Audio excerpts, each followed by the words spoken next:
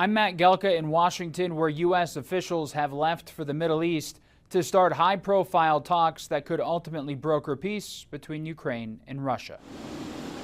Ukraine's President Volodymyr Zelensky met with Saudi officials ahead of planned meetings between U.S. officials and a Ukrainian delegation in the Middle Eastern country. Secretary of State Marco Rubio, National Security Advisor Mike Waltz, and Middle East Special Envoy Steve Witkoff are set to be part of the talks with Ukrainian officials. There's been a lot of discussion between our teams and the Ukrainians and the Europeans who are relevant to this discussion as well.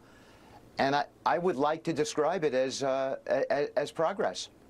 And so I would hope that there's a deal. Zelensky isn't scheduled to be part of the direct talks with the U.S.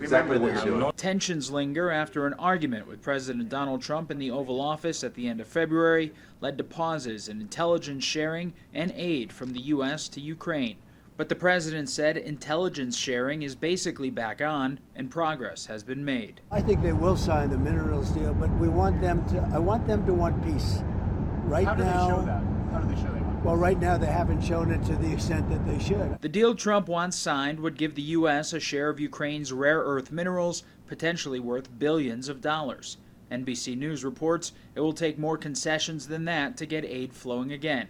Some Republicans are wary of the strategy towards Ukraine so far, fearing it's empowering an adversary in Russia. I am worried about cutting off intelligence and weapons to Ukraine as long as the fighting is going on.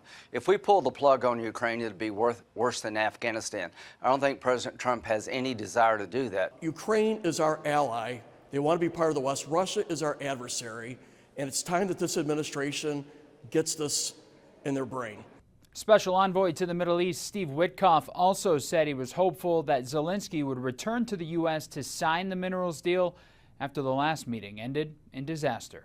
Reporting in Washington, I'm Matt Gelka.